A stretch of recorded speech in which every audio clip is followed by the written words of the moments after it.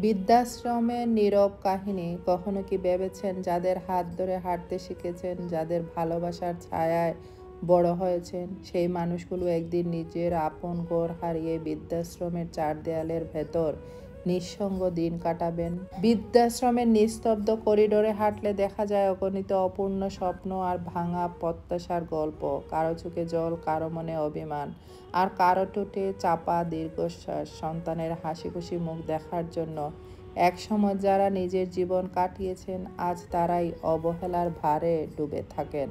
সত্যিটা আসলেই বড়ই নির্মম। মানুষের জীবনে সবাই আসে প্রয়োজনের টানে, সময় শেষ হলে অনেকেই মুখ ফিরিয়ে নেয়। তাই আসুন অন্তত নিজেদের বাবা মাকে সেই আশ্রয়টা দেই, যা একদিন তারা আমাদের দিয়েছিলেন। কারণ বার্ধক্যের সবচেয়ে বড় অভিশাপ একাকিত্ব নয়, অবহেলা। মায়া মমতা দিয়ে বেঁধে রাখুন সম্পর্ক, কারণ ভালোবাসাই একমাত্র উত্তরাধিকার, যা প্রজন্ম থেকে প্রজন্মে বেঁচে থাকে। ভালোবাসুন, সম্মান করুন যতদিন তারা আপনার সাথে আছেন, কারণ একদিন হয়তো আপনিও খুঁজবেন সেই আশ্রয় যা আজ আপনার হাতে আছে। বৃদ্ধাশ্রমে বসে থাকা প্রতিটি চোখ যেন এক একটা অশ্রুভেজা কাহিনী, যেখানে ভালোবাসার বদলে অবহেলা আর অভিমান গল্প হয়ে বেঁচে থাকে। কারো মা বাবার জীবন যেন এরকম না হয়। দোয়া রইল সবার জন্য।